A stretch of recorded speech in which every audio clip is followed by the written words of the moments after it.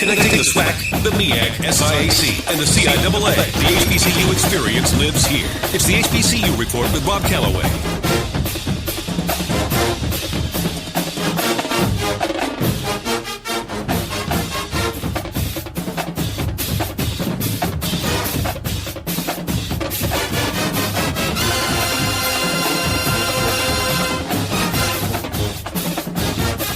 This is the HBCU Report being heard via Spreaker.com. In addition to Spreaker, you can also hear the HBCU Report via iTunes, the TuneIn Radio app, and Google Play Music for Android.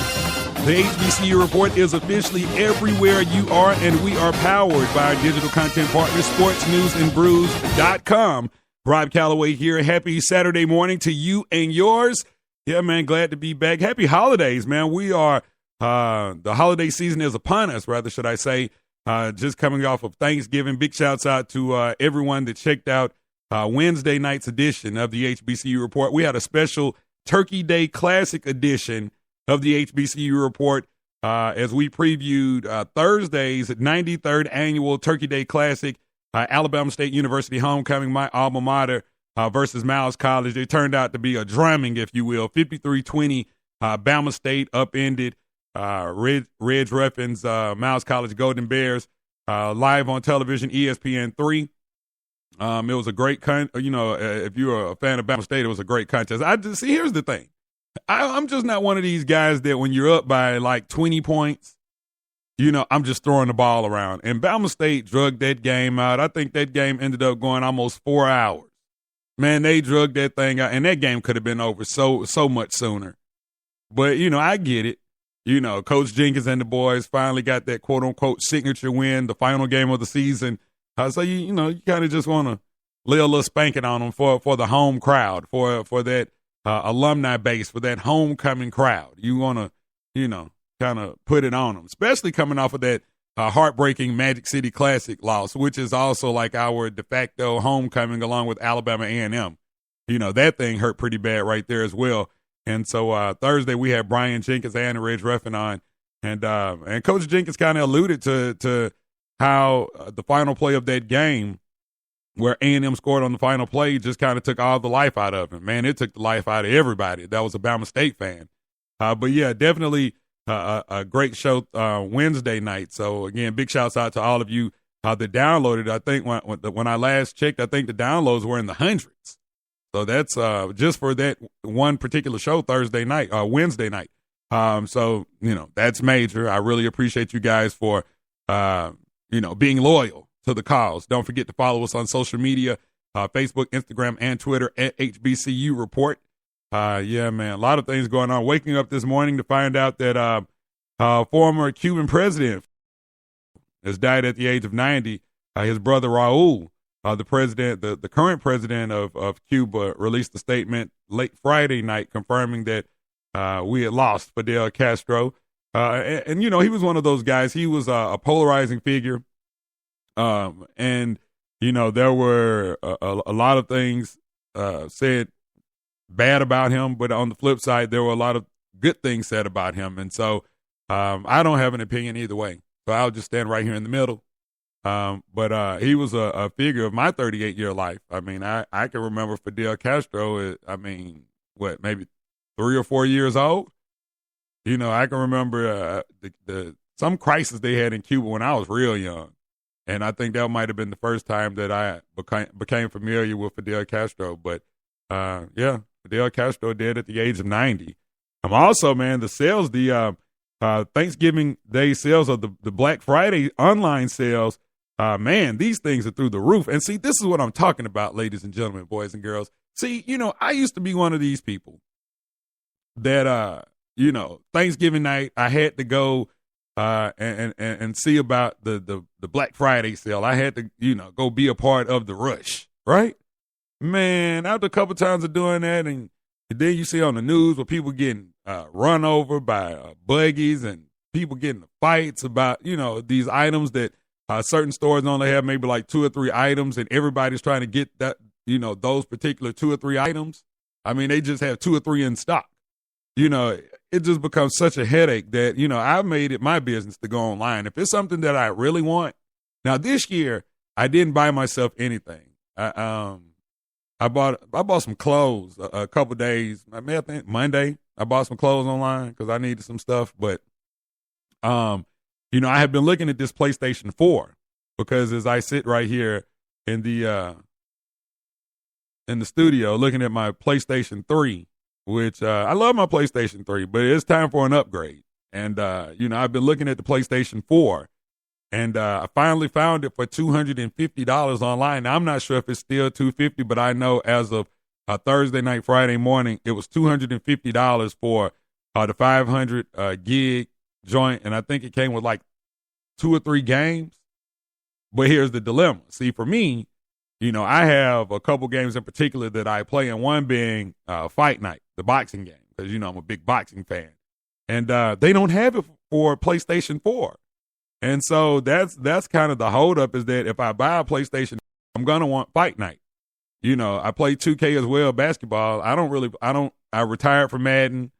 I play some of these action games, Grand Theft Auto, Metal Gear. I play, some of those type games. But I really want that Fight Night. But I really want that PlayStation 4 because it has some nice features. And I'm about to cut the cord, do away with cable, and just start streaming. And so PlayStation 4 has some really nice options, and and it's instead of buying a Roku or something like that, I could just hook up the PS4. And so that's what I'm thinking about doing. But $1.93 billion is what you people spent. 1.93.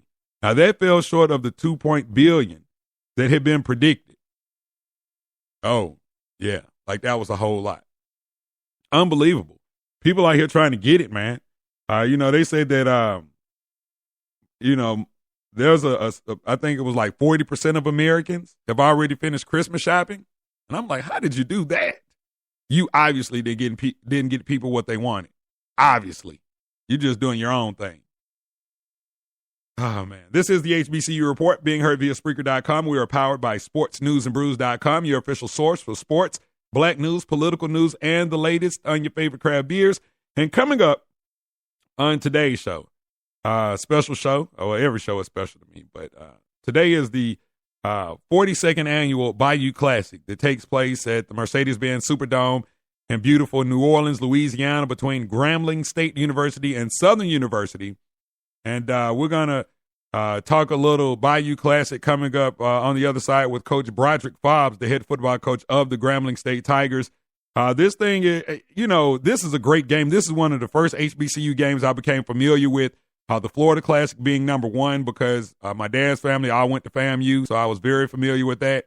But this Grambling Southern thing on NBC used to be the bomb. Yeah. And so now it's on NBC Sports Network, and we'll talk more about that coming up. But I was just looking at the records, trying to see, because I know, like when we did the Turkey Day Classic a couple days ago, Bama State is only one. If that was the 93rd, Bama State is only won maybe like 41 or 42 games.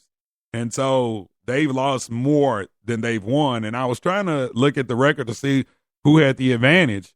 But actually, in the Bayou Classic era, it's a 500 record. Both teams are tied 21-21. But the series actually started back in 1932. And leads the pre-classic series 15 to 10. So, if you just, want to say Southern has this 36 to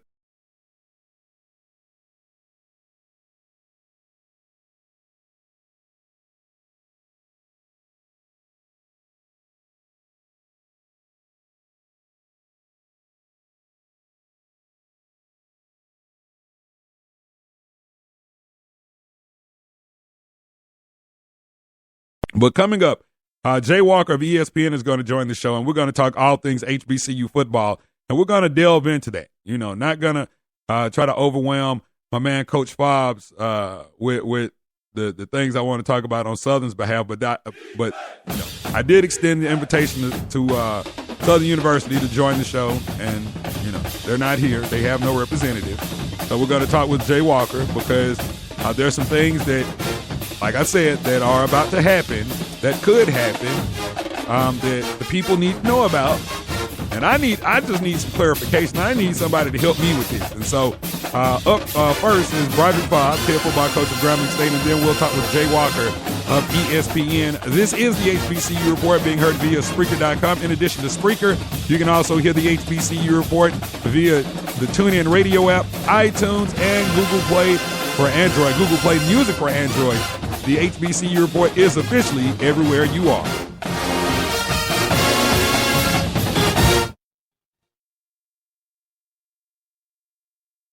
Take a look under your bed. Find stuff under there? What about jobs? No? Now try your basement. There's a pair of overalls that overall you're not so into anymore.